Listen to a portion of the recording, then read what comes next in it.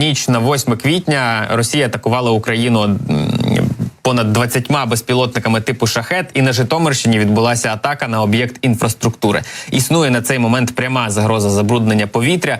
В місті Звягель тимчасово ввели дистанційне навчання у закладах загальної середньої освіти. Про це повідомила Звягельська міська рада на своїй сторінці в соцмережах. Зокрема, в повідомленні йдеться про те, що Росія нанесла удар по об'єкту інфраструктури громади. На щастя, серед мирного населення жертв немає. Я зацитую зараз частинку із повідомлення Звягельської міської ради. Наразі існує пряма загроза забруднення повітря, тому рекомендовано залишатися в приміщеннях із закритими вікнами. Зокрема, комісією ТЕП та НС було прийнято рішення щодо дистанційного навчання у закладах загальної середньої освіти. Щодо закладів дошкільної освіти, то для батьків, яким немає з ким залишити дітей, будуть працювати чергові групи. Принаймні про це йдеться в повідомлення. Загалом я нагадаю, що в ніч 8 квітня, проти 8 квітня, сили протиповітряної оборони знищили 17 шахедів із 24, якими росіяни атакували Україну.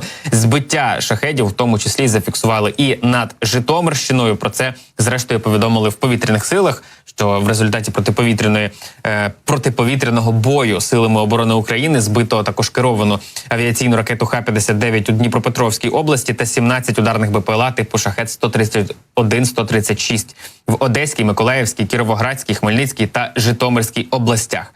Тому станом на цю мить маємо ось таку ситуацію.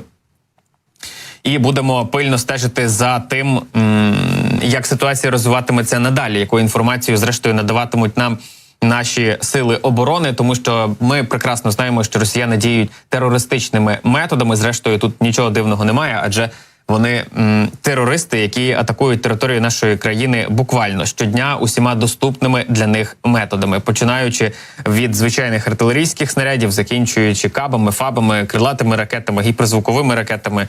І цей список насправді можна продовжувати нескінченно довго, тому що росіяни не зупиняються ні на секунду, особливо на фоні того, що наші союзники-партнери зараз шукають шляхи вирішення ситуації з підтримкою для нашої держави. НАТО там займається фондом 5-річним на 100 мільярдів євро. Сполучені Штати все ще ніяк не можуть затвердити цей пакет на 60 мільярдів доларів. Тобто ситуація залишається в такому підвішеному стані. Завтра, я нагадаю, Палата представників виходить із канікул, і мав би Майк Джонсон, спікер Палати представників, якось представити альтернативний пакет допомоги. Але пишуть ЗМІ, що його, скоріш за все, не буде. Але, як то кажуть, нам своє робить, тому ми пильно стежимо за ситуацією, і якщо зміниться, обов'язково вас про неї, звичайно ж, поінформуємо. На сам кінець цієї інформаційної години є до вас традиційне прохання про допомогу для нашого війська. 24-й канал збирає зараз 300 тисяч гривень, і ці гроші підуть на мавіки для Азову, а конкретно для бійців, які зараз стоять на самому нулі.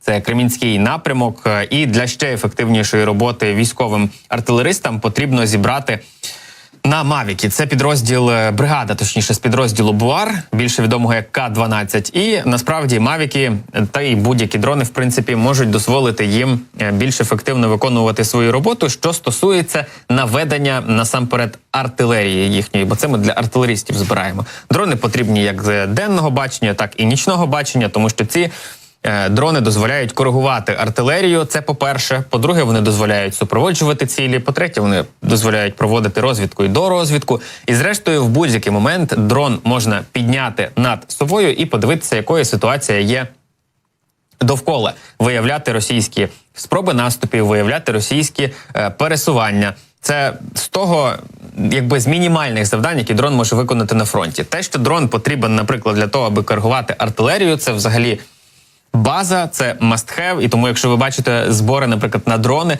на них треба максимально оперативно закидати гроші, тому що це дозволяє артилеристам, які діють, скажімо так, в умовах обмежених сил і засобів, бо артилерійських снарядів є не надто багато, а ми пам'ятаємо статтю, яка вийшла на Forbes, коли вдалося розбити російську колону бронетехніки, її ж розбили чим? FPV-дронами і артилерійськими снарядами. Але оскільки в артилерістів дуже мало снарядів, то журналісти Forbes написали про те, що Україна переходить на дуже специфічний метод боротьби. Вона по максимуму використовує обмежений запас артилерійських снарядів з одного боку і безпілотники з іншого. І безпілотником або дроном, скоригувавши артилерію, можна завдати одного, але надзвичайно точного удару. І не потрібно витрачати безліч артилерійських снарядів Це не від хорошого життя насправді, тому що мало снарядів треба економити, але наші сили оборони навчилися коригувати все так, щоб плюс-мінус з одного пострілу максимально точно попадати в ціль. Для того, щоб так продовжувалося і надалі,